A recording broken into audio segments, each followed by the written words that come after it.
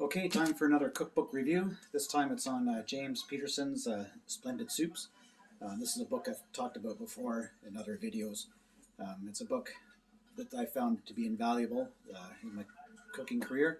Every restaurant I ended up working in, or ever worked in, I always ended up making all the soups and sauces. So when I started making soups, I bought this book. He also did write another book, or I'm sure he's written more, but he has another one called Sauces, which is similar to this, but it just covers all the different sauces you can make. Again, that's a really good book. This is one that I used throughout my career. James Peterson, he did own a restaurant. I think it was in New York, a French restaurant. But he's also a teacher.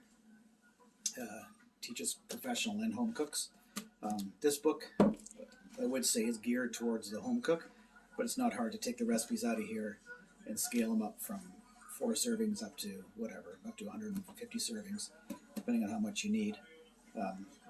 They're all really good recipes. And also at the back of the book, I have it tagged here, is because soups aren't just taking what you have left over in the fridge or what you want to use up and throwing it in a pot and boiling it. There is steps you need to follow.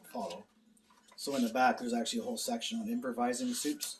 So if you're doing like a vegetable soup, you know what you can use. You can use butter, oil, rendered bacon fat, goose fat, duck fat, however you want to season up your vegetable soup. I said vegetable soup, not vegetarian soup. So they have one pot meat soup. So if you're, let's say you want to do something from Brazil, cozido, that's poached beef, ham hocks, and Portuguese sausages. Your principal ingredients, what your principal ingredients are, what vegetables you can add, different flavorings, so ginger, chilies, cumin, cloves, cilantro. What you serve it with. That one would be served with bread and rice. So it gives you all these are soups at the back too, so you don't have to follow a specific recipe. You can see what you have and adapt it that way. So it gives you your creativity and stuff like that.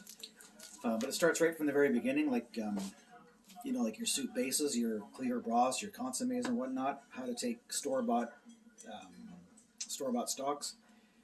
Like it says in here, they always have a specific taste, but you can take like a store-bought beef broth and just add your own herbs to it. Add maybe a little rosemary to it or some bay leaves to it, just to pump up that flavor. I call it fortifying it. Like if you make your own homemade stock, you can always add store-bought stock to fortify it and give it more flavor. So again, this book is invaluable. Like I said, it's geared towards.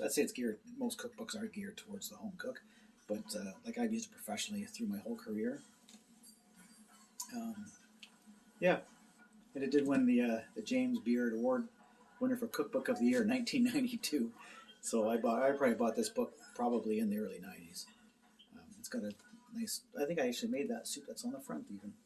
I've used all sorts of recipes out of this book.